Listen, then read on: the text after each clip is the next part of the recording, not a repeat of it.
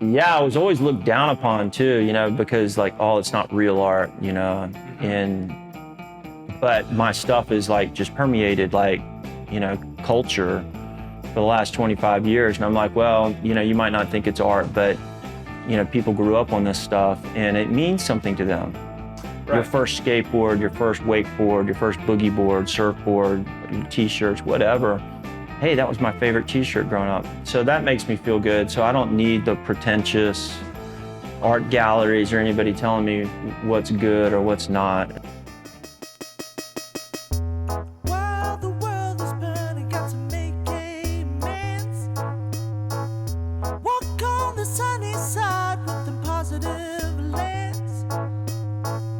Talks about passion between the women and the men. Chris Dyer and his creative friends, darling. Ooh, ooh, ooh, ooh.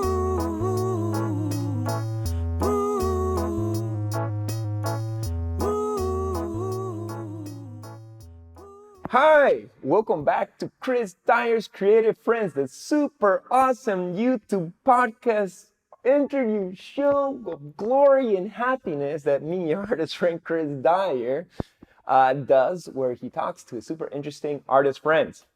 So today I got the great pleasure to be interviewing the legendary surf artist Drew Brophy. And yeah, this guy's an OG. He's a legend of the surf world and pretty much the best Posca paint markers artist that I know. How you doing, Drew? I'm doing wonderful. Thank you for having me. Woo! I'm doing great. I'm happy to be here in your gallery in San Clemente, California. Yeah, welcome to paradise. Thanks, man. How long have you had this gallery? We've been in this location for about 4 years, but I've had spaces here in San Clemente for about 25. 25 years. Yeah, so it's been quite the journey. Yeah, so this is your home forever.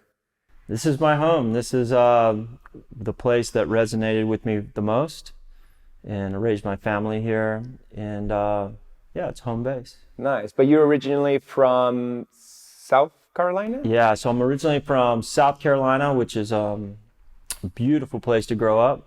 Mm-hmm. I grew up small town outside of Myrtle Beach, South Carolina, and yeah, I grew up in the woods and the estuaries and the ocean, and yeah, it was great. It was a great childhood.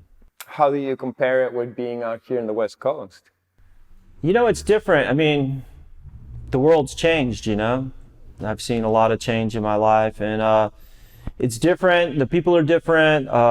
Being out west and seeing all the openness, I really like the mountains, the deserts. I like getting in all the spaces, but there's something great about every place. Mm-hmm. So I just look for the little nooks and crannies. Well, San Clemente is in Orange County, right? Yes. And Orange County is kind of like right next to LA, or is it LA? No, it's totally different. So, the LA culture and the Orange County culture is a lot different. I would say I'm more in the surf culture, which is, kind of Orange County more than LA. And I don't know, it's just a lot of people that like to go to the beach, and the towns are a lot smaller down here. So, it just allows you to have that hometown feel, little beach towns. And everybody loves to do stuff outdoors. So, a lot of people that mountain bike, a lot of people that surf, skateboard, everything like that, because the weather's awesome. Yeah, it's a different vibe, right? Different vibe, just more chill, like we're not in a hurry. Mm-hmm. The folks from LA come down here and they're in a hurry, but, there's something great about LA too. If it's your speed to be up there, that's great. Mm-hmm. Come down here to unwind. Totally. Well, I like the chill vibes of your town. Always sunny and beautiful. So I usually start these shows by asking the interviewee if they remember where we met. But I think my story of how I came to see your art is more interesting than how you found me. I'm the rookie here. I found your art as early as the early 90s. And because I used to be into surfing myself, and there was ads for lost surfboards where there was all these different painted surfboards, and I'd be like, what the fuck's this? It's so cool. Very much my style, especially as a skateboarder, that like that kind of like thick line, punk rock, psychedelic kind of vibe that you do. And so I was already a fan of you without even knowing your name. And then later on, I think in the year 2006, I had to paint a surfboard. And I was like, I don't know how to do this. So I think in a Juxtapoz magazine, there was an ad for your DVD. And I bought the DVD and I looked at it and I learned from you, from your DVD, how to paint a surfboard. See, it was worthwhile doing that DVD. Yeah, totally. Well, I saw it like last year just to like refresh my memory on it and be like, oh yeah, there's Drew, like a little bit younger, doing his thing. It makes me feel old, but you know, yeah, all that stuff, you know, it's just amazing to me. Now, you know, I'm 50 and I got started young, and I was doing things, always like trying to mix it up, but it all comes from just wanting to make my stuff look cool. You know, when you think of kids today, you know, so all the kids out there, I mean, I was just like you. I mean, I was the last of 5 kids, so I never had anything new. So I was always trying to make it nicer. My skateboards, I was into skateboarding as a kid, and we didn't even really have skateboards. We were making them. Right, homemade graphics. Yeah, and yourself. My first surfboard was just a beater, man. It was just like destroyed, and so instantly I wanted to paint it. You know, I was looking at surfer magazines, and you know, I wanted to make my board look cool, and you know, that's how all of this art was born. You know, I was only good at 2 things: surfing and doing art. Which one came first? Probably the art. I mean, you know, I think all of you out there who are artistic, I mean, you just have this knack for drawing, and you know, I can just remember that even like really little, like my mom would just let me like color on the walls, and you know, I was always drawing on paper. Yeah, you know, I was the last of 5, so she was just like, whatever.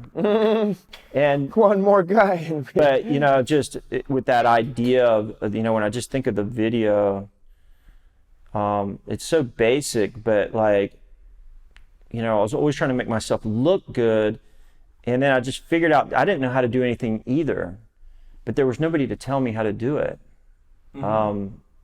And so I was kind of like one of the first people that was like trying to show people how to do things. And you were self-taught, and you're yeah, trying to pass on that. And it was different back then. Like artists didn't share. Like I would see somebody and I'd be like, hey man, you like, how do you do that? Like, hey, get away kid, like this is my deal. It's my secret. And I'd just be like, man, what a bum out. And you know, so I kind of vowed to be the opposite of that. And so my whole program, you know, with my wife and I, has just been to share as much information as possible. And you know, we grew up in a time, you know, where technology exploded, and we were there before and after.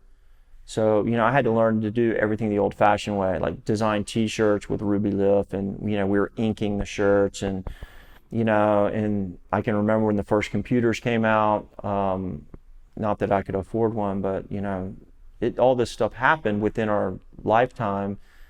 I used to have to send sketches in the mail to my first clients. And then fax machines came out, and then, you know, computers and email. And so, you know, life got easier, and a lot of my, you know, just going back to this video type of thing, success was due to the fact of technology growing and me growing with it and constantly having to adapt. But here it is all these years later, I'm still hand painting everything, doing it the old fashioned way, but like using technology to, you know, to the best of my ability. Nice. Well, it's good karma when you want to pass on the learning. And when it comes to like a medium like paint markers, it's not like they'll teach you that in college. There's no really school till now, Drew Brophy Academy. Yeah, I was always looked down upon too, you know, because like, oh, it's not real art, you know, but my stuff is like just permeated like, you know, culture for the last 25 years. And I'm like, well, you know, you might not think it's art, but, you know, people grew up on this stuff and it means something to them. Right. Your first skateboard, your first wakeboard, your first boogie board, surfboard, t-shirts, whatever. Hey, that was my favorite t-shirt growing up. So that makes me feel good. So I don't need the pretentious art galleries or anybody telling me what's good or what's not. And Well, there is that classism of mediums. Like Yeah. oil is superior than acrylics, and acrylics is superior than a paint marker. To be honest, many times I've been like, well, is paint marker even the medium that qualifies to be fine art? Till I see the work that you do, and I'm like, hell yeah, you can make some really Yeah, gorgeous thanks. tight. Maybe not me, because I don't have like your blending skills, and I'm trying to like try it out this week as we paint this surfboard.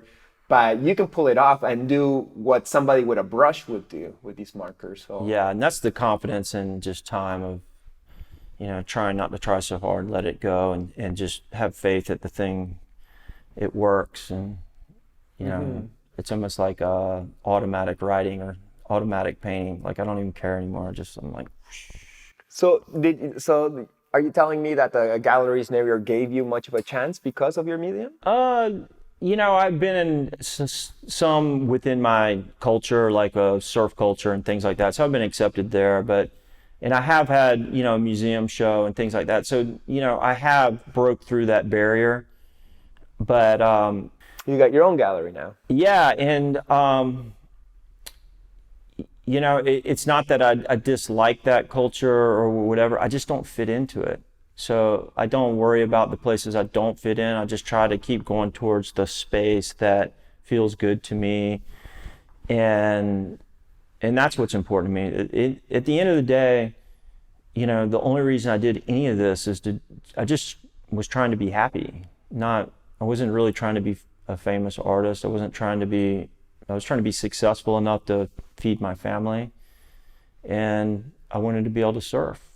Mm-hmm. And I think when you come from that space, great things happen. Totally. Well, the marker of what success is depends on each person. Your success could be waking up in the morning and painting, and that's it, you know, or paying your bills, or, you know, being the king of the whatever scene you go for. So if you've made a marker and you're happy with that, that's all blessings. But it seems like you're doing really great. You got a great family, you're in a beautiful town, you got your own gallery, you got great clients. So it seems like all blessings upon blessings. Yeah, and I think it's a good reminder for everybody out there to, you know, look at your life and you know, cut yourself some slack and look at what it was that you really want currently, or what it was that you wanted in the past, and be thankful.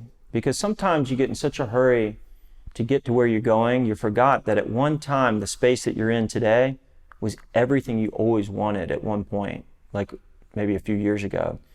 And you get so busy going to the next place, you forget to enjoy that accomplishment. Mm-hmm. And I know Maria and I have gone through that of just like, you know, taking these steps. You know, like the first time I did the Pipe Masters for the Triple Crown in Hawaii for the big surfing event. At one time, that was everything to me. Right. But in some ways, by the time I got there, I was already focused on something else, and it was great. But like, I don't know if I was able to enjoy it as much, because in that, you know, I must have been in my 20s then, and you know, I was just so trying to get after it, you know, really make a living. And so, you know, just a reminder out there, it's just little steps. Was it that you took it for granted once you got it, because like, well, if I got it, and it's no big deal anymore? Or is that you were just always chasing the next big shark? Yeah, you're always, you know, on to the next big thing, you know. And like the first time I, you know, did an album cover or whatever, and, you know, at some point it just becomes, as an artist or an illustrator, it's all cool, you know, you love all of it. And, you know, it's just, you know, just being able to be present in the moment and thankful, I think, is the biggest lesson. Because, you know, all the projects are cool, even like the little ones. Like sometimes, like I'm like busy as ever, and some person comes in, they just bought their kid their first surfboard and they want me to paint something on it. Mm-hmm. that can be just as enjoyable as like doing an album cover for Sublime or, some famous person or something. You're just like, okay, this means a lot more. It's cool, the interaction with the people. And Right. Maybe not more, but as much. yeah, I mean, at the end of the day, you just feel fulfilled, like you're doing what you were meant to do. Right. You're touching hearts. Touching hearts, and I think what every artist and every person wants to be is have that validation of that you're making a difference. Mm-hmm. And I'm very lucky because some of the things I do, like I paint a surfboard for a kid or for a pro surfer or whatever, it's pretty instantaneous. You work on one of these big paintings or something like that, it's like it takes a while, so it's a little bit of a delayed reaction.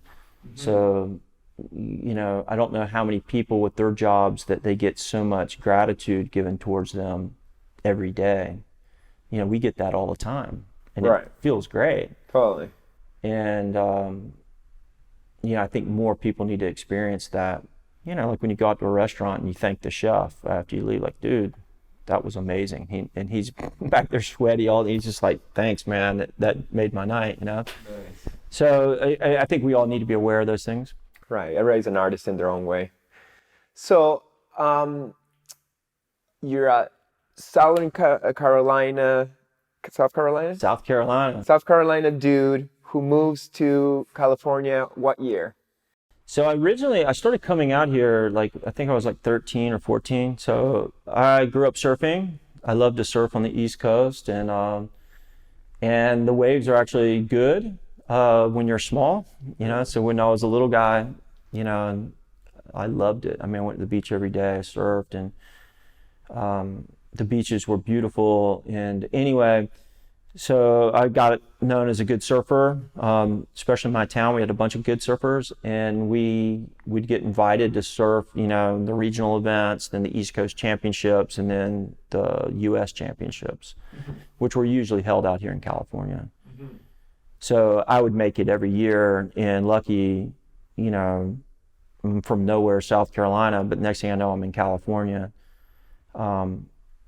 That was a big step for me as a kid. And, after having that experience of traveling and stuff, when so many people where I grew up didn't, it just gave me a different perspective. And it was hard to, stay in that space where all those people were once I had left so many times. Mm-hmm, totally. You needed to keep on expanding onto a bigger pond. Yeah. And I mean, another great thing was like, as a surfer, I was immersed in nature. I loved the animals and everything like that, but also loved magazines. So I was lucky that my parents had all these magazines, National Geographic, and then my brothers had Surfer magazine.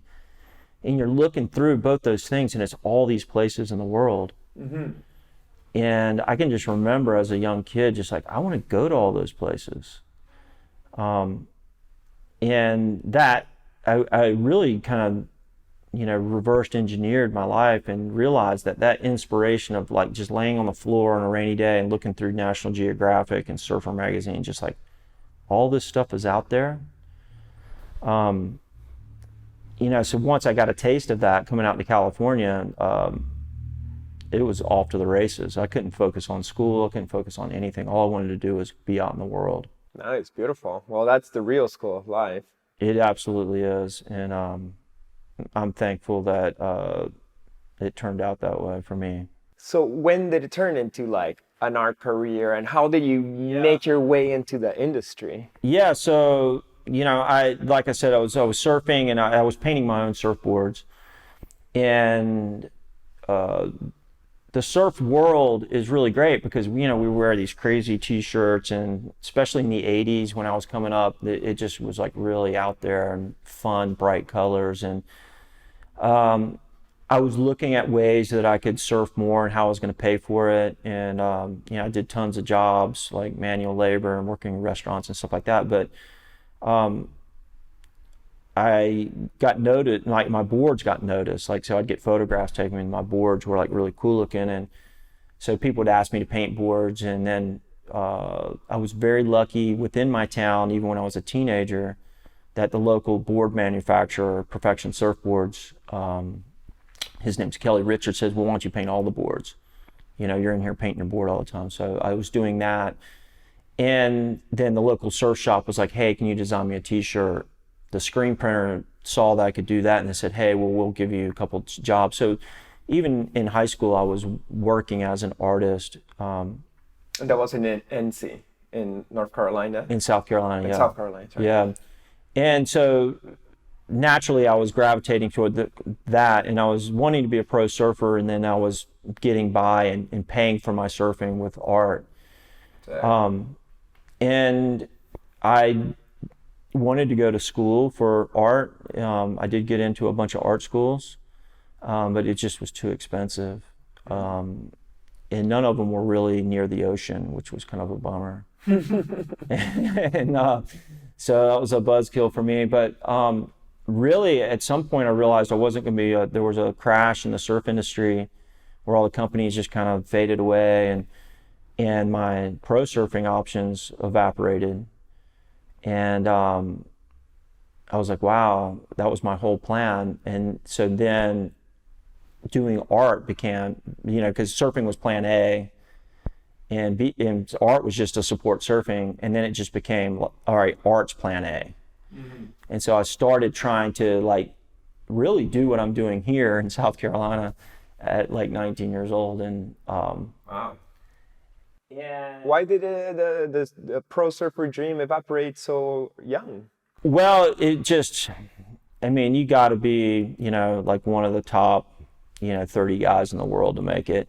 And they have these tours and things that, and if you just don't have backing from sponsors, basically there was a decline around 1990 in the economy, and a lot of those surf brands weren't putting marketing money into surfers. So there was no job out there, you know. And so I was just like, okay, well, you know, I gotta support myself. So art was it, plan A, just all the way. And it was hard. I mean, you see me now and, you know, yeah, I've had a great career, but like at 19, man, it was like, we all gotta start somewhere. I was like painting all kinds of stuff and wasn't making much money. And I was very depressed because, you know, I was facing these facts of, you know, coming of age. And I think that's the hardest time for anybody, especially as a man. You know, you're coming of age. And I'm like, man, this is hard. And at some point, I just was like, man, I was so unhappy. I was so depressed with my life because it wasn't turning out the way I wanted. And I really asked myself a serious question, that if I died today, what would be my biggest regret? And it was surfing big waves and traveling. Like, you know, I'm 19, I'm thinking my whole life's over, but you know, it was like, that's what I want to do. Mm-hmm. And so I put that intention out there, and you wouldn't believe it, like I overheard somebody talking about Hawaii, and they were in a restaurant. And my ears perked up. I mean, because you can imagine this is South Carolina. Nobody talks about Hawaii, you know. And this guy had just gotten there and he was making surfboards. And so I perked up and I butted in their conversation and told him I airbrushed boards. And anyway, he said, hey, you know what? They're looking for somebody to paint boards over there. Mm-hmm. And he just scrawled out, he goes, ask for this dude, call him. You know, and this is just in some restaurant. Wow. And so random. So random. And, you know, I'm like a hyper present type of person. And I was just like, okay, this is not an accident. It wasn't an accident that I ended up here and heard this. And so I got this phone number and I called it the next morning, and this guy answers and he's just like, yeah, we need an airbrusher. Our guy just quit. And I was like, yeah, man, I'm going to come out, you know, I'm going to get my stuff together, and I'll be out there in about a month. Take me a while to get some money. And he says, look, man, he goes, you know, we can't wait a month. We need somebody by the end of the week. Wow.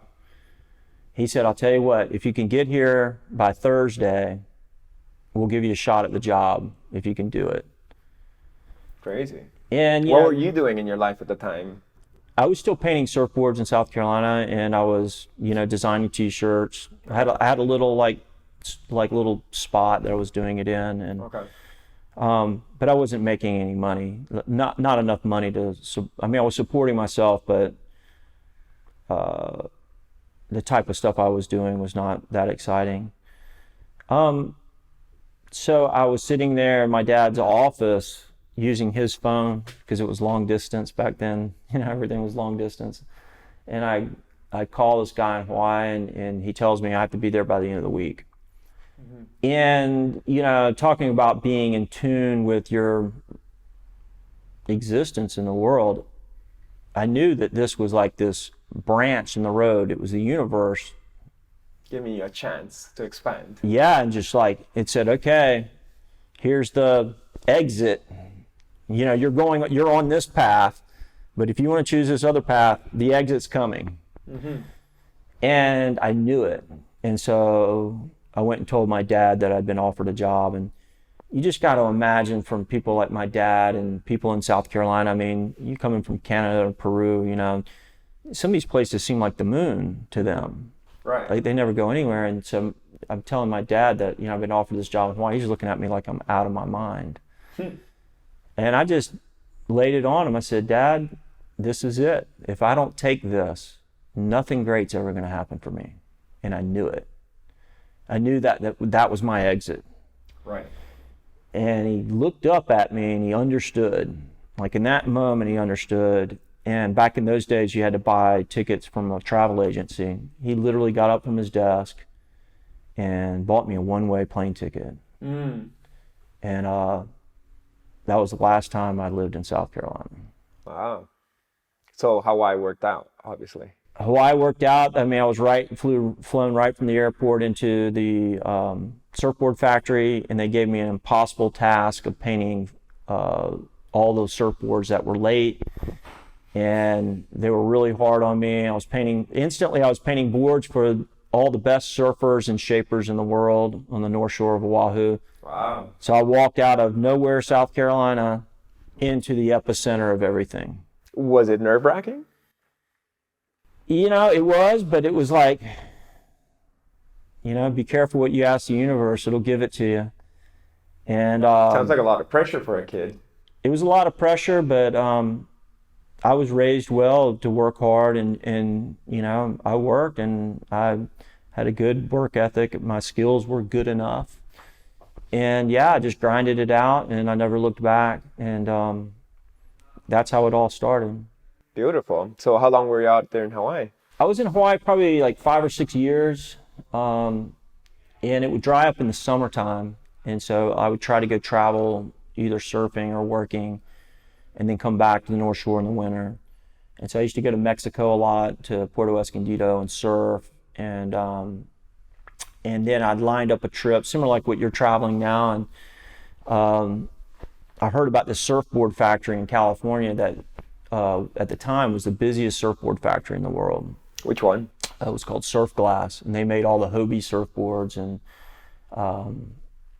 Stewart and like all these ones. And this was the early 90s. And anyway, it ran 24 hours a day, had 2 shifts.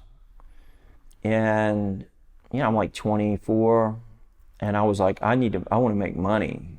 And it was hard to make money on the North Shore because it was hot and cold. You come in, you might have 2 boards to paint, or you might have 10. But if you have 2 boards to paint like every day for a week, then you're losing money. So you need consistency. So I showed up here, and this was the first place that San Clemente? San Clemente, that if you wanted to work, it was here. And I just kind of felt like an immigrant. Like I was just like looking around like, man, these people don't know how to work. And what do you mean? Well, like just, you know, they would, you know, go surfing and, you know, let boards sit, and like they were taking it for granted that all this work was there and it was going to be there the next day and the next day and the next day. Whereas I was like, oh my gosh, you know, this is like a true gift to have this much work. And so when I came in, you know, I was like a production machine. You just crushed it. Yeah, I was just like, you know, I didn't have any real friends here, and I didn't have anything going on. And so I'd just work. And I got really good fast. airbrushing, and then I was hand painting boards too on the side. I was doing that in South Carolina and Hawaii With too. a brush, or were you using No, the with, markers? with Posca. Okay. I got the Poscas back in '89 in South Carolina, Okay, nice. and they were a gift from a friend, and so you could only get them in Japan, and so I kind of had them. I was painting my own surfboards before really anybody. Nice. But anyway, everything happened really organically, and I just showed up. I mean, when the universe gives you something, you got to show up and do your best. Totally. And that's all I've been doing all this time. Yeah. And so, eventually, by being here in San Clemente, you got in with all these different brands. Some of them are big. What's some of the biggest brands you've worked for in the surf industry or in general? Well, it didn't really happen that way. Really, the way it happened was, all these brands were not big at the time. They were all like garage startups. Okay. I just happened to be at the beginning. You help them become big. Yeah, and so, I think that's another thing. Like everybody wants to go, work for the big brand or the big band or something like that. But really, it's better to be at the beginning, right, where you're with a group of people and you believe in what they're doing. At that time, I kind of feel like we were like the brands, like the guys with Lost and Sector 9 and even Liquid Force. Like those are the three big brands that I helped get on the map and with my art. And at the time, they were like these crazy ideas, and we were kind of all the fringe group of people that nobody wanted. Like the big gatekeeper companies were too cool for, and so we were all kind of the crazy, inventive, creative people that are wanting to do all this wild stuff, and we're being pushed away. And we just said, screw it, we'll just do it by ourselves. And just like I was saying, I would say yes to everything. So somebody'd say, yeah, can you design some skateboards? I'm like, yeah, sure. Or yeah, we got these wakeboard things, and we're going to pull them behind boats. I'm like, yeah, it sounds great. And then really, Matt Biolis and with Lost was really, my good friend, and we started traveling around the world making surfboards, and I was painting them. Everything happened real organically. You got to imagine there's no internet, there's no cell phones. We had to do it in person. So we'd show up to a town and like just hang out in the surf shop, go surfing, go party, go paint, and just be real. And people were like, wow, these guys just came from California and just like rocked the whole town in a positive way. Just being nice and hanging out, and then we'd leave these crazy surfboards with them. So Matt and I did that all over the world. And I loved it. I got to go to all those places that I saw in the magazines, You lived your dream. Yeah, and we'd be out in the middle of nowhere in Tahiti or Australia or, South Africa, and you're just like, wow. And it all happened in a very, relative short period of time. Like 10 years. What's your age around the lost years? 25 to 30.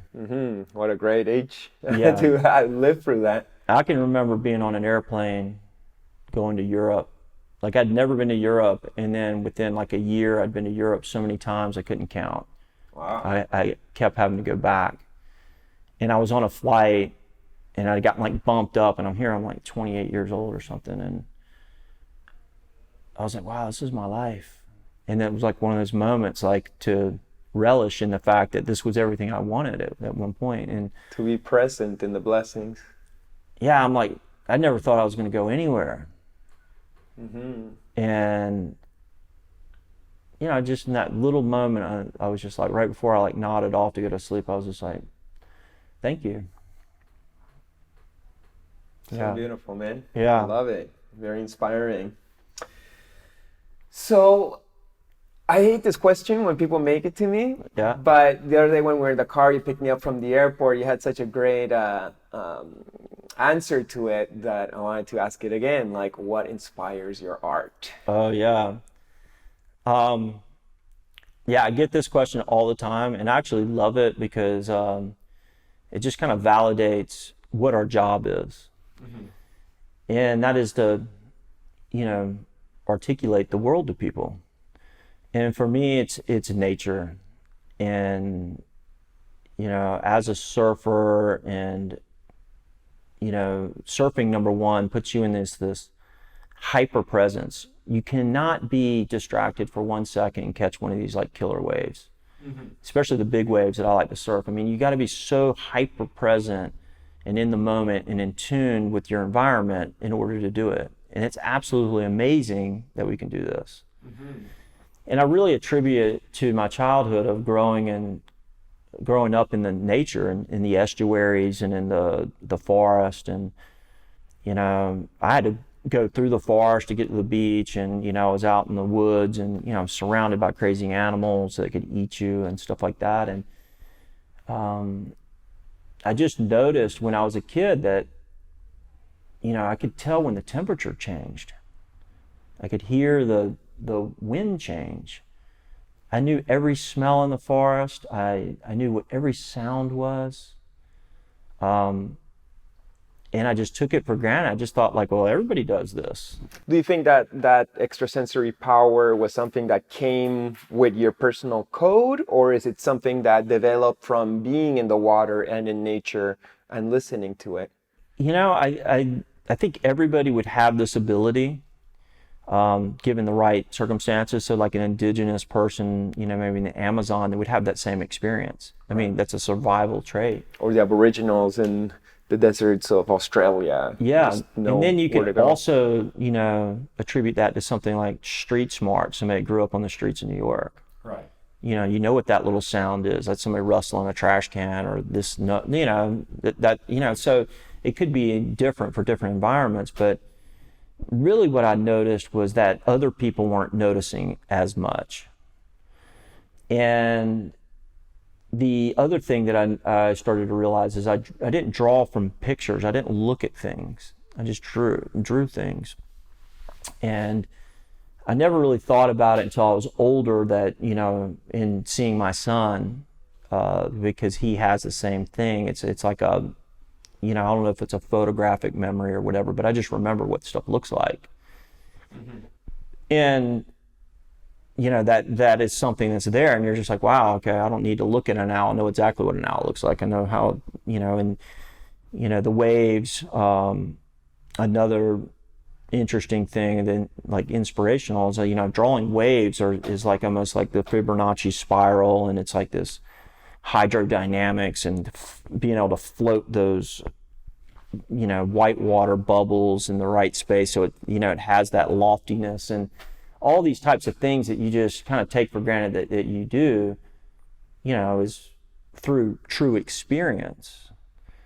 And so you could say it's nature, not just living things, but just the wind and the temperature and the waves and the movement of everything. But it's also just the,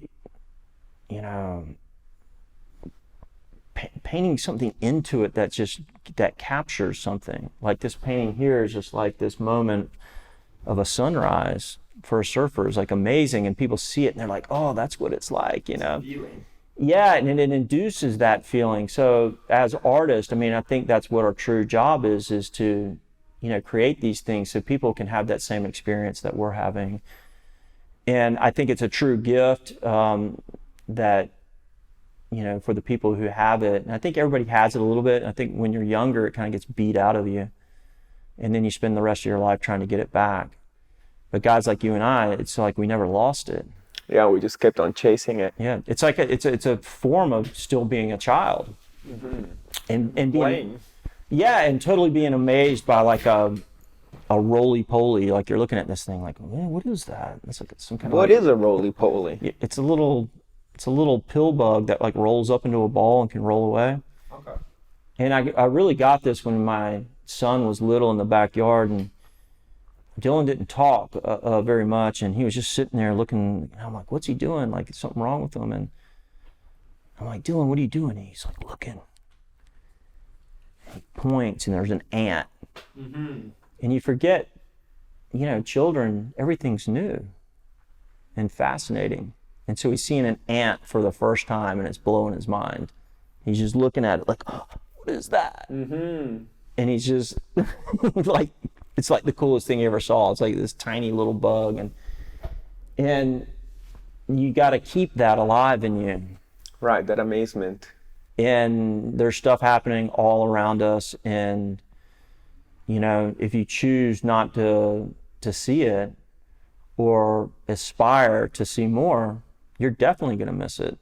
Mm-hmm. Totally. Yeah. So in your art, you're painting a lot of nature scenes and surfing and, you know, the things that interest in your life in the physical plane. But as a spiritual person, you now have this other style of art, which is totally different from your thick lines, surf and rock and roll kind of style, but it's more of an airbrush, sacred geometry and spiritual visions. And since you got this photographic memory and you got spiritual intuitions, made some degree of psychic powers, you know, you got your spiritual side, you're allowing that to come through a different aspect of your art. Tell me about your other style. Yeah, well, that happened real organically too.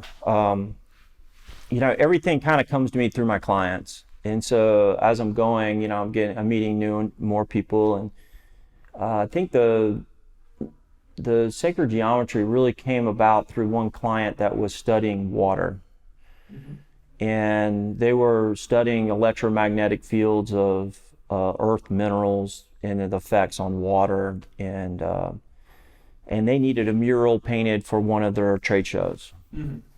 And so just like any other project I dive in, I have to learn about it. And, you know, to back up a little bit, like as this person that grows up in nature and surfing and in weather, like when you're surfing, you're just immersed in, you know, the ocean and the atmosphere. You're like sandwiched in this, you know, physical, like just storm.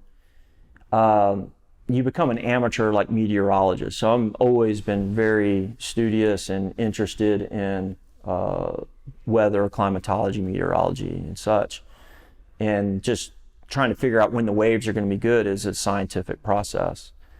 So when this water project came up, I was interested in it, and I was smart enough and you know, knew the vernacular and stuff enough to be able to dive in to the science of it so I could create the art. And I had no idea that I'd be so blown away, but I started, you know, reading and watching videos like Victor Schauberger and, you know, some of these, you know, scientists of like 100 years ago that were studying this stuff. And I just was realizing, diving into the structure of water and what that meant. And so the scientific side of it was almost like the water's like a hard drive, and it's recording in its molecular structure the information of each mineral's electromagnetic field. Mm. It's like a crystal. Right? Yeah, and a liquid crystal. Mm-hmm. In that, you know, these informations were three-dimensional shapes within the lattice structure of the water. And then when you drink it, your body was basically reading it almost like code, is the way what I was getting out of it. And so I'm being, you know, I'm not part of that music world and everything where everybody's like into sacred geometry and everything like that. I'm more coming from a science side of it. And I'm seeing these like old diagrams and stuff. And I'm like, well, the only way I can understand this is to draw it. Mm-hmm. And so I started drawing it, and there was really no easy way to draw it. And so then, you know, I started diving in more and then finding the flower of life and, you know, being able to use a scalar version of the flower of life, and then being able to create these geometries and these images of these molecular structures and stuff. And it was so perfect. And as an artist and as a scientist, I was just like, oh my gosh, you know, it's so beautiful. Did it affect you physically? Absolutely did. It was almost like I was remembering something that I already knew. Mm. Do you think it opened up a multi-layered aspect of yourself? Absolutely. So in that process, I started having people show up in my life, and Nassim Harriman was one. You know, all of a sudden one day I'm painting something and Nassim was like watching me and was like, how did you know about that? And, you know, I'm like talking, he's like, oh, you got to come to my talk, you know, and then the next. And he lives here in San Clemente, right? He does now, but he didn't then. I mean, that's another weird thing. Well, he's a Montrealer to start with. Yeah, and but he, I guess he was in Hawaii or something like that, and then I'd met him at one of these events, and we hit it off, and anyway, kind of forgot, you know, not forgot about him, but like, okay, he's doing his thing, and then I'm in my local sandwich shop, and some dude asked me like, what's good, and I turn around, it's him, and he just moved his whole operation here, and so just all these like little things would happen, and then I'd get invited to do more things with some of his friends, and just being exposed to an immense amount of people. And there again, when these, you know, things show up in your life, they're for a reason. And so I kept going down this road, and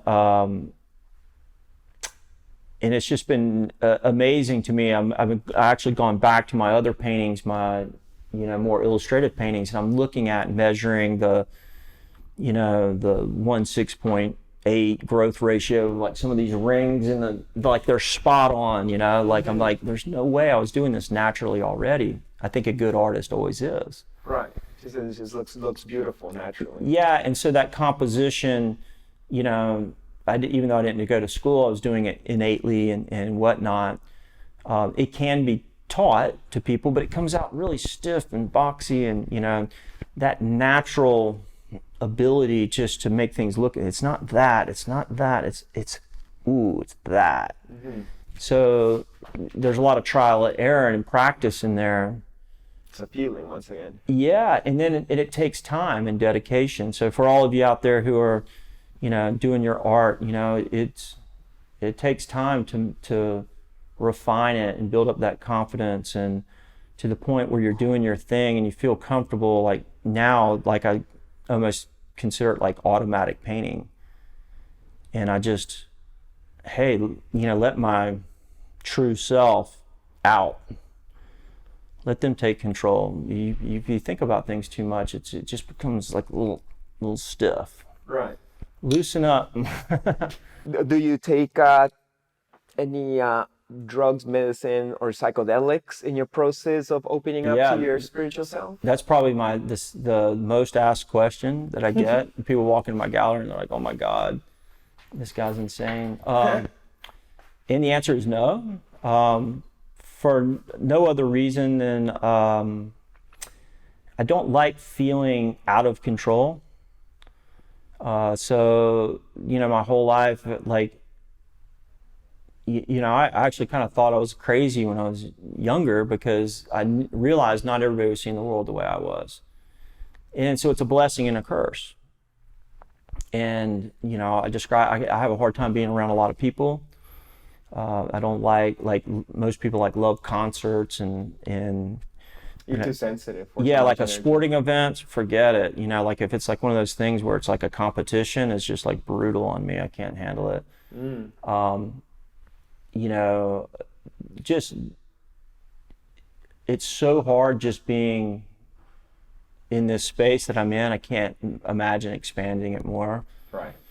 But you don't want to blow a fuse or something. Yeah, I mean, not that I haven't, you know, I've tried everything over the years. You know, when in Rome, you go, and yeah, it's good. But I look forward now that I don't have so many responsibility, maybe trying more plant medicine that can maybe help me articulate some of the stuff better. But up to this point, it hasn't been necessary. Mm-hmm. Well, that's a gift. Yeah. To just naturally have that inflow of spiritual vision, and it seems like you got a good ear to the voices of your guides. Yeah. And you follow that intuition. You don't just listen to it and disregard it. You actually respect their voices and act accordingly. Yeah.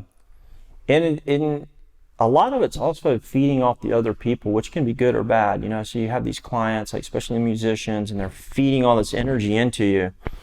I'm always amazed at what comes out. And some of it's like a type of madness. It comes out and you're just looking at it like, and that's almost like a articulation of what's going on with them.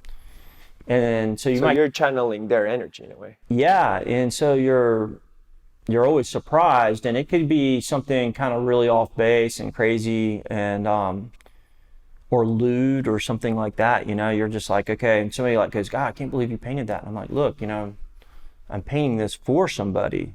This is what they asked for. Mm-hmm. It wasn't like I was like hell bent on painting this sexy woman or something. And I mean, I've had a lot of the stuff that I've painted I can't even show people.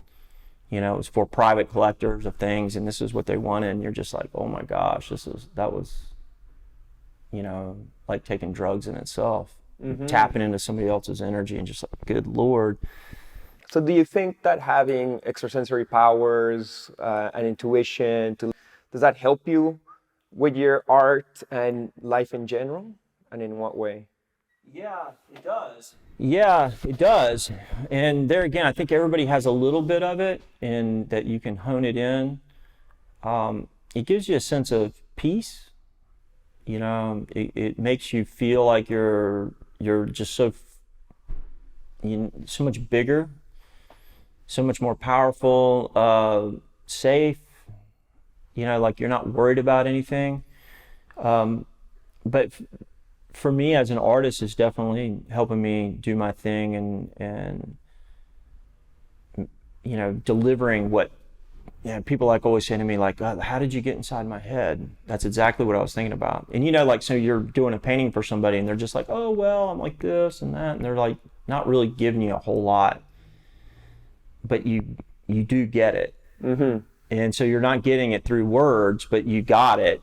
Through vibration. It's like an airdrop, like they just airdropped a bunch of shit on you and you're just like, oh my gosh. Like, and then but you got to have your Bluetooth on. yeah, it's a good way to look at it. And it's just a trip because, you'll see so many of my paintings are so different depending on what type of people I'm dealing with.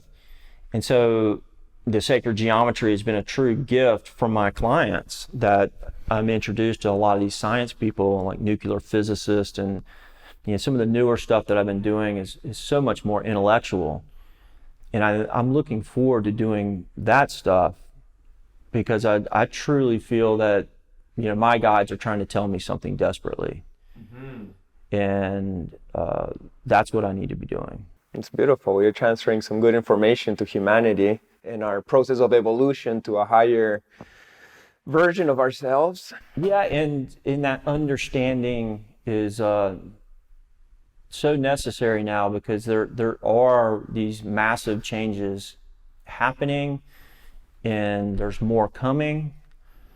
And, with words, you can't really tell people. It just comes out as like kind of,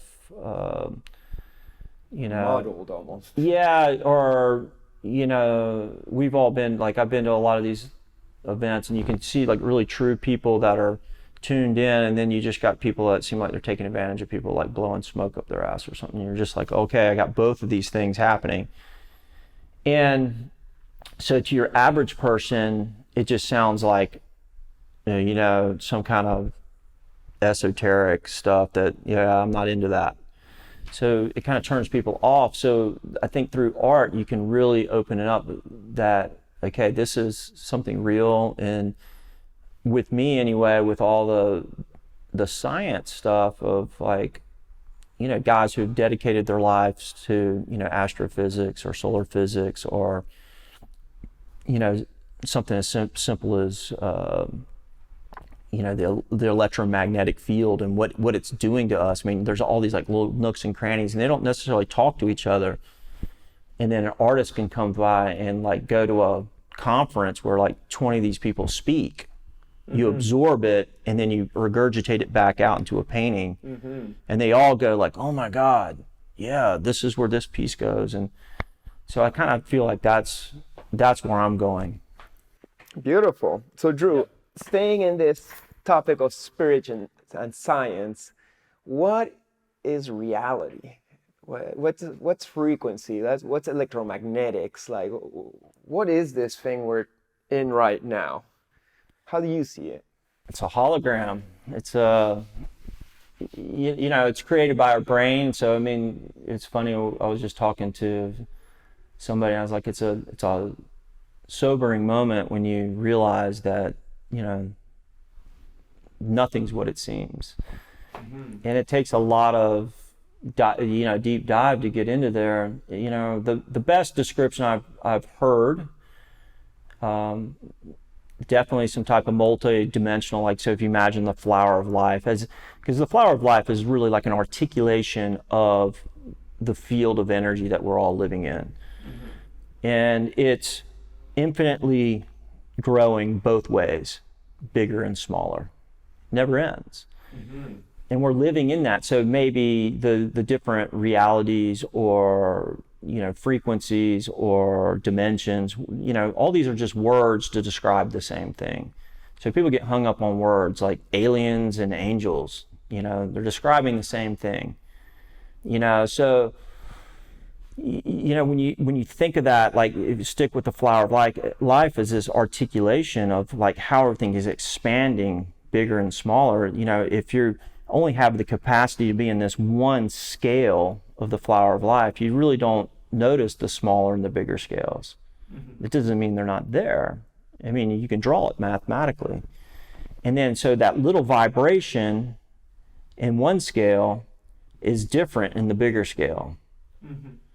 And so a lot of times you can't perceive these things. And so, you know, in physics, you know, thinking of like, there must be multi-dimensions. I mean, it's all, so then we're all vibration, you know, and you hear this, you know, like Walter Russell and, you know, Tesla, it's like everything's vibration. So, you know, in a sense that, you know, this vibrating thing, like let's say somewhere out there, there's this hole, and it's almost like we're the universe experiencing itself. And, some like to make it sound like it's like almost like a video game, like where this avatar, our consciousness is out there, and this whole thing's a figment of our. We're just a bunch of fractals. Yeah, like a figment of our brains, piecing all this mess together. But, I mean, this physical reality is obviously real to us in this moment. And I think the other dimensions that are above and below us are here right with us. Everything's happening within scales of it. It's just we don't, or at least some of us, maybe have a little bit more to notice just little nuances. But when I think of like the electromagnetic field of that's all that spectrum, when I tell just like an average person, like, you know, seeing is believing, they say, and I'm like, well, actually we see so little and we hear so little, and you know, when you look at it on the spectrum, it's not are we seeing, it's like, what are we missing? We're missing almost everything. Right. And it doesn't mean you have to know exactly how it works. All you have to know is that there's a lot more out there. There's more than meets the eye. Yeah, and don't get hung up on, you know, what's the truth. It's just being open and just being open to like, oh my gosh, there's so much out there. I mean, all you have to do is look into space and you're just like, oh my gosh, like what in the world? Like, what was they used to say that, you know, chances of life being out there were like, you know, 0. And I was just like, man, it's everywhere. It is everywhere. I mean, we see the little microorganisms to big, you know, who knows, you know, the whole planet is an organism. Our whole solar system is some type of organism. Right, everything's consciousness. The galaxy is some type of organism. So we're just hung up on the language that is, you know, what is it like they look at other languages, they don't even have words for certain things. So their language is even more primitive, right? Based off their intellect of what's out there. So our language is not even powerful enough to describe what's out there. We don't know what we don't know. Totally. So knowing this infinite nature, that we are the universe experiencing itself, that we are God fractalized into these limited human bodies within a small spectrum of reality, do you have faith and trust for the future of humanity despite the challenges that face us these days in this new world? Absolutely. Not only do I have faith and trust, I mean, if anything, like COVID has taught so many people to reevaluate what they're doing, you know, whether they've been asleep or just, you know, going through the motions or whatever. I mean, guys like us, I mean, we've been living our lives. I mean, I wake up early and I stay up late.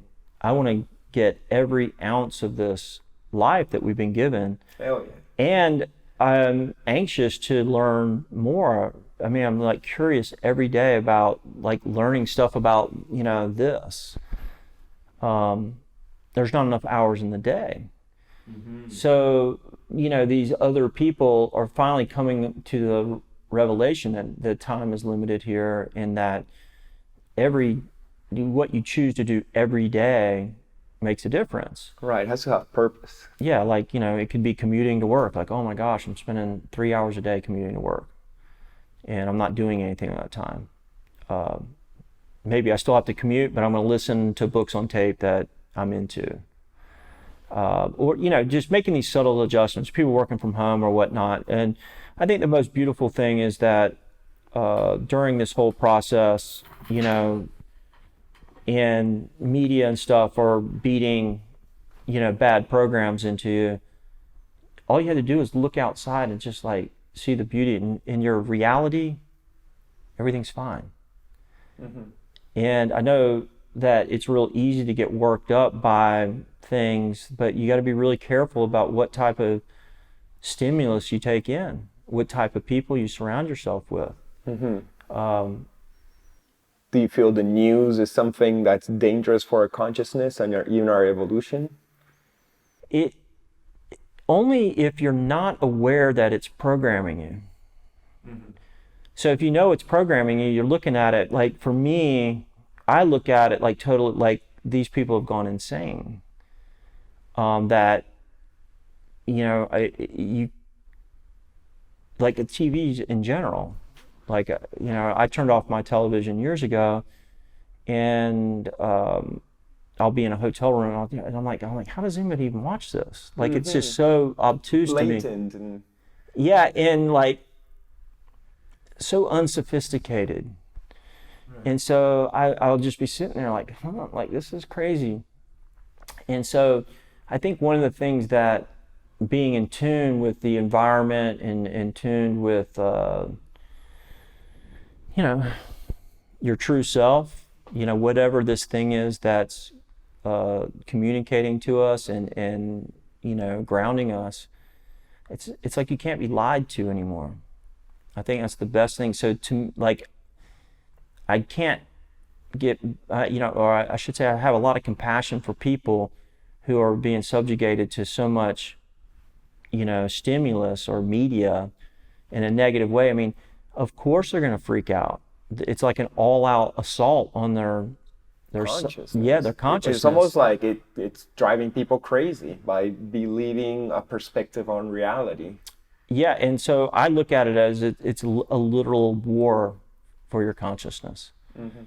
And you know, people who are out there listening to this, I mean, really you need to be aware that, you know, you're a machine, a highly programmable machine. I mean, that's what education is. And life experiences that too. I mean, you learn that you touch the boiling pot every time you're going to get burned, you know, you'll finally figure it out. But like all this repetition and stuff in media is doing something to you, and it might not be good for you. Mm-hmm. And I mean, like marketing, that's what marketing is. Right. What do you think is being marketed to people these days? Or yeah, what's your perspective on COVID? Like on the year and a half we just went through? It's you know, people might not like it, but my opinion is that it's biological, psychological, asymmetrical warfare. It's not nice, it's not pretty, but like it's there does seem to be a cohesive effort to win over your trust in people that you do not know and don't know. You know, they seem to be creating like a need for their own importance, or a continued need for their own importance, and that they do this through fear, and that they're the ones that are going to save you, and that you need them. Right, because as humanity is evolving and growing, we're realizing, hey, we don't need these powers to control us any longer, but if they keep us in fear, we're just kind of like allowing them to do. Yeah, and so it's hard for me to imagine that it could be that organized, and I don't know, you know, how it all unfolds, but you know, it's hard for me. Like, I'm fine, my family's fine, but it's hard for me to see somebody get so worked up about something and pick a side. I mean, they're definitely driving division, which is a classic, you know, that's a, you know, war maneuver. Divide and conquer. Yeah, so, you know, these people in the world are great. I mean, I just look at, like, back to my travels, and people would be scared. Oh, you're going to that country? I heard it was like this. Or you're doing this, or oh, those people are like this, you know? And I'm like, dude, I've been everywhere. And you know what I learned? People are awesome. Mm-hmm. They're wonderful everywhere. Mm-hmm. You know, everybody's different, but everybody's the same. Mm-hmm. You know, having dinner with somebody that you can't even speak the language, you figure it out, you have a great time, you're happy. Everybody wants the same thing. So they're definitely creating this division between race, sexes, nationalities, and they're stirring the pot. And, you know, people just need to be aware that people are great everywhere. Be aware that there's somebody trying to make you think that that person is not great. It's kind of like a rumor in high school when somebody you know, you're doing great and everything, like, and then somebody says, oh yeah, so-and-so doesn't like you. And you're just like, what? How come he doesn't like me? And then you get all paranoid. Or they start like a really lame, you know, rumor, like, you know, it could be anything. And it spreads throughout the school, and it's not even real. Mm-hmm. That's kind of what the media is doing. Mm-hmm. And, you know, base your decisions off your own personal experience or people that you know.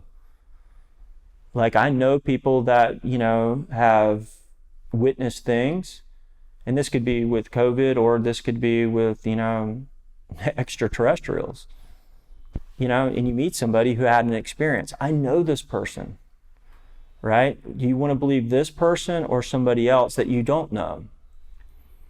You know, me personally, like when I like see something like on a video or something like that, like it could be, you know, somebody like Nassim, or it could be somebody like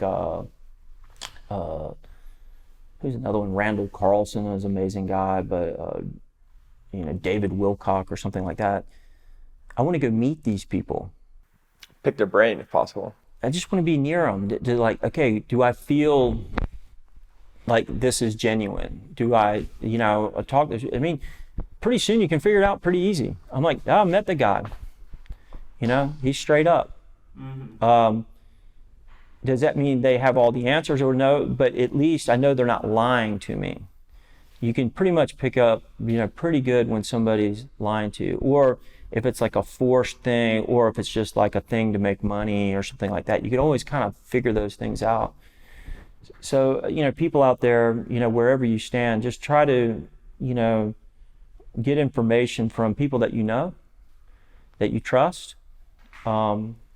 And everybody's got a different perspective. That's what's so great about communicating with each other, to get to the truth.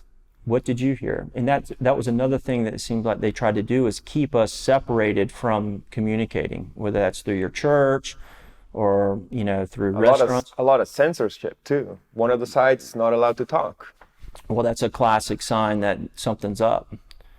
You know, so so this is a full-scale war that started, you know, who knows when. I mean, this has been maybe always the story. It's just gotten more desperate on their end, so they had to do something that was more forceful. And, you know, you could look at this as like a scary time of like, oh, wow, you know, it's going to get worse. And now they're going to do, you know. What are they going to pull next? Yeah, vaccine passports. And all you have to do is say no. And that's why they are they're pushing even harder, because we're this close to everybody just realizing that they were born with everything they needed and there's nothing to fear there never was. And that you have all the tools that you need to do whatever the hell you want. And these people don't want you to know that. They want you to feel unsafe, you know, when you can build your own immune system.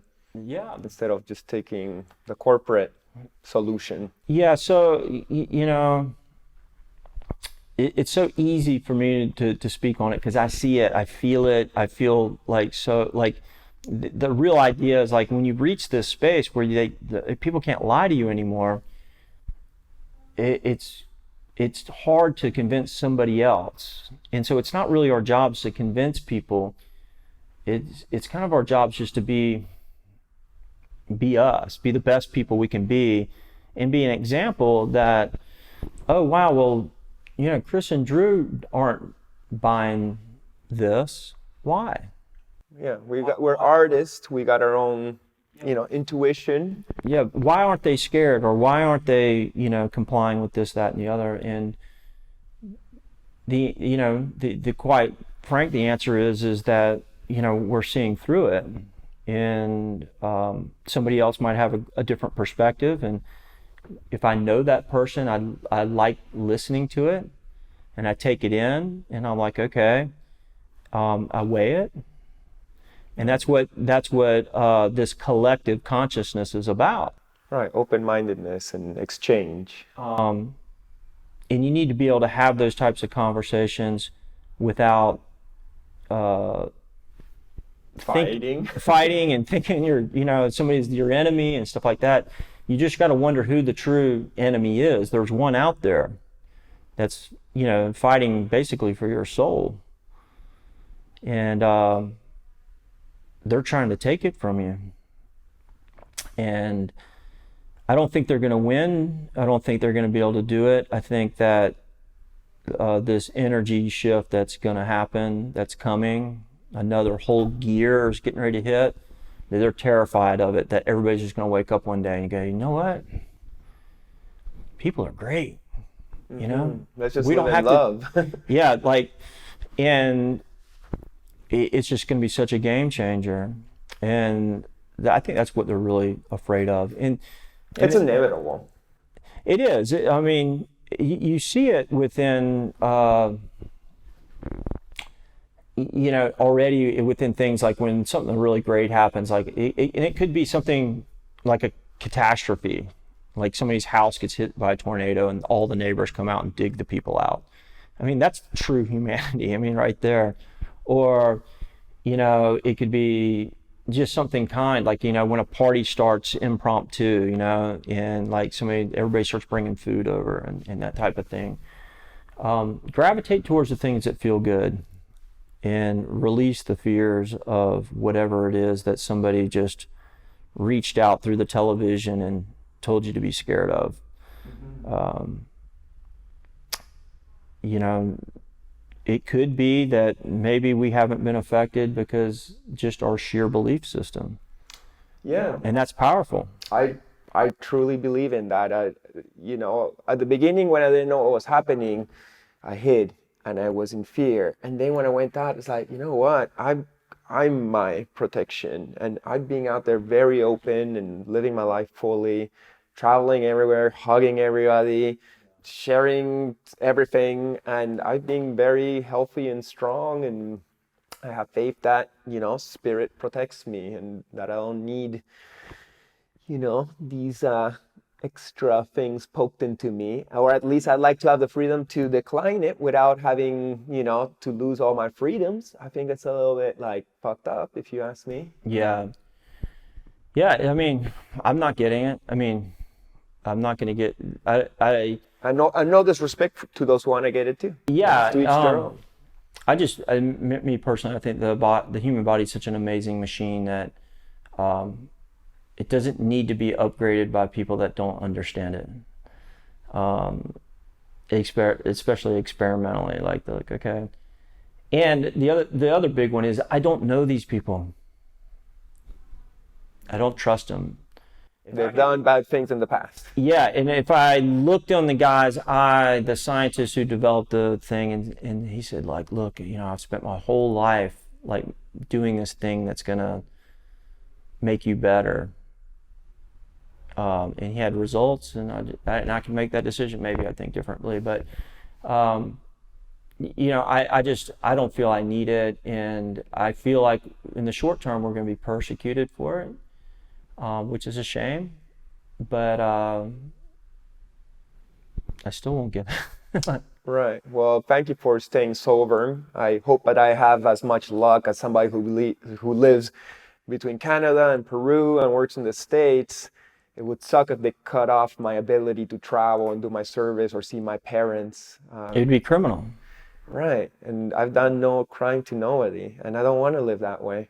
Yeah. Well, that's just another reason why everybody needs to think a little bit more clearly and try to hold a space for everyone. And that's what I always try to do. I mean, it's a work in progress, like, just trying to be compassionate and trying to be tolerant of everybody in that space. But it has to go both ways. I mean, you can't sit here and be tolerant and then have other people be intolerant. And you're like, well, that doesn't work. Right. So I think it's going to work itself out. And I hope so. I really do think it is. Yeah. And, humanity will arise. This is a hero's journey. Maybe the part of the dark night of the soul. Eventually, we'll end up partying in the moon of Endor with the Ewoks. and maybe. Playing bongos on the helmets of stormtroopers. That sounds fun. Yeah, for everybody out there, I really do, think we're going through this painful process, maybe for a reason. And maybe it's creating this contrast and this, division, just to kind of show maybe the ridiculousness of it, or maybe to shake some people loose, or see where people fall, whether they go way this way or way that way. I think most people are kind of in the middle. And so maybe that's part of it. I know through some of the other things that I've learned through the scientific community that a lot of things that people are scared of that had happened in the past were done to actually help people. They ended up hurting people, without going into too many specifics. But sometimes things are created as a solution and might have bad side effects. But the intention was good. I'm hoping it's something like that. Not that it was created as something bad for bad intentions. I do think it's created for good intentions. The vaccine or the jab or whatever everybody's calling it. But that doesn't necessarily mean that it's not going to have problems. And I've seen that so many times in some of the scientific studies that I've read, that, oh wow, this thing that happened, it was actually, they were, like something like a chemtrail. People always talk about chemtrails, and I talked to quite a few people that were saying that some of these things were developed as solutions for problems that they're big problems that they're working out, and they didn't find a solution to it based off of what they were doing, which was a very complicated process, but it ended up having some negative effects as well. And they're like, well, not only did it not solve the problem, it created some more problems. Right. And so that's like an example of like, oh, wow, okay, people are still trying to do good things, and sometimes there's negative effect. And I think this one's like that. Right. I'd like to believe that most people are well-intentioned, that whatever we're doing or whatever we believe in comes from the intention of, making things better for others. So. Yeah, and that goes back to what we should be doing. And that's for everybody out there too, is just show up every day and just be the best person you can be. Try to help your community. Try to be a little bit more patient, a little bit more compassionate. And it really does, at this stage of the game, come down to compassion. I keep going back to that word because, I feel sympathy for people that can't see as much as I can. Even within my own family, I can't even describe to them what my life has been like and what when I talk about things. And so, how can you teach somebody like, advanced mathematics when they can't add 2 + 2? You can't start from there. Mm-hmm. So they're just not in that same space. We're all in these different spaces. And so you're fine with where they're at, and it's not your job to ram something down their throat or anything like that. It's just holding that space that like everything's okay, and you have everything you need, and there's nothing to fear. There never was. Yeah, trust that everything. Yeah, and that's where religions get faith from. I mean, it's the same story. I mean, I've been lucky enough to study a lot of different theology from different disciplines, and it all comes back to this faith and compassion and all these. They're just all describing the same thing in a different way, and essentially it is this Source, spirit. Yeah, the field. What is God? Well, it's us.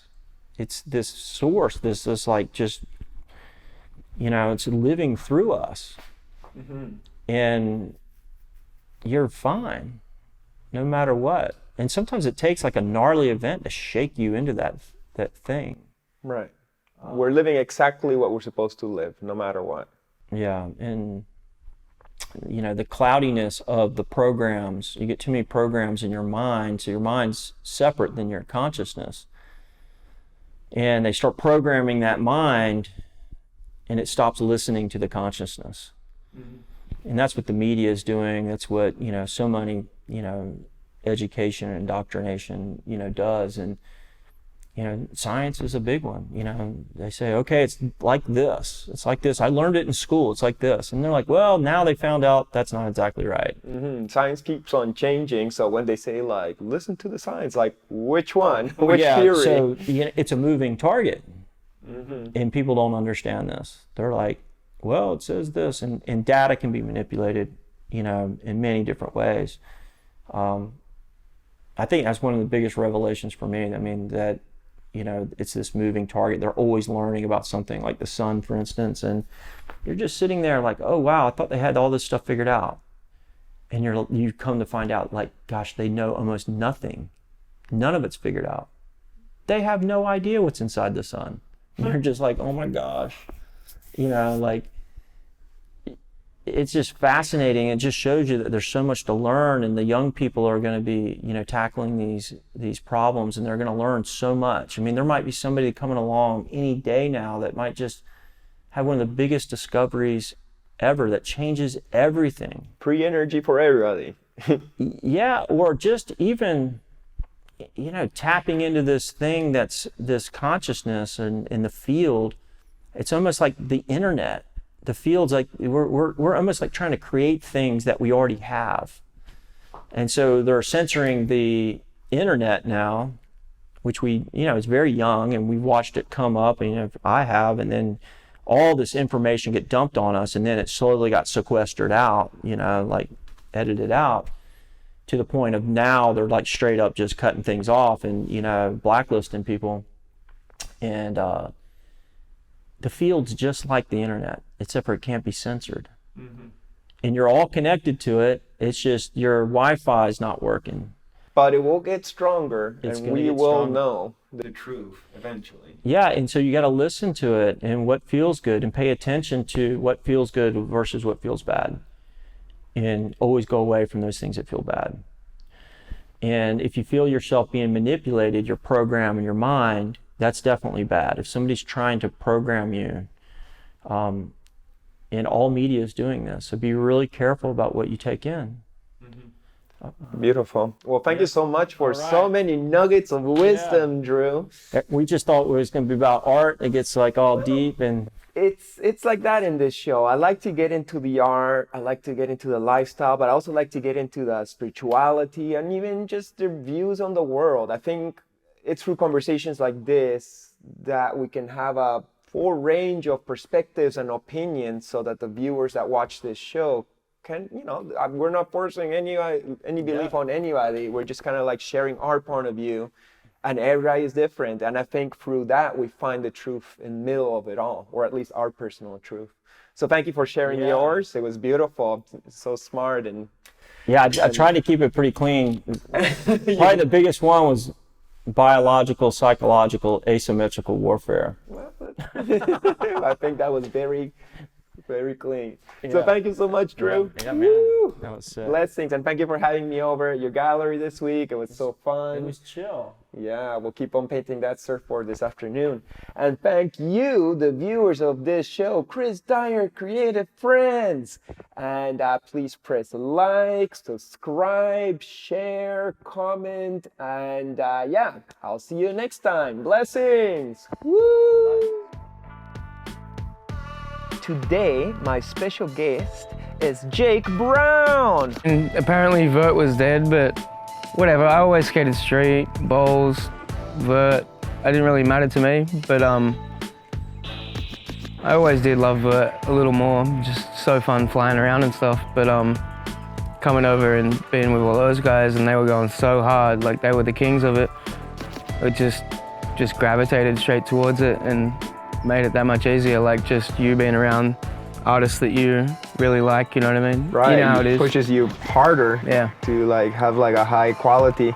So make sure to subscribe, like, and everything else. Big thanks and see you next week. Peace.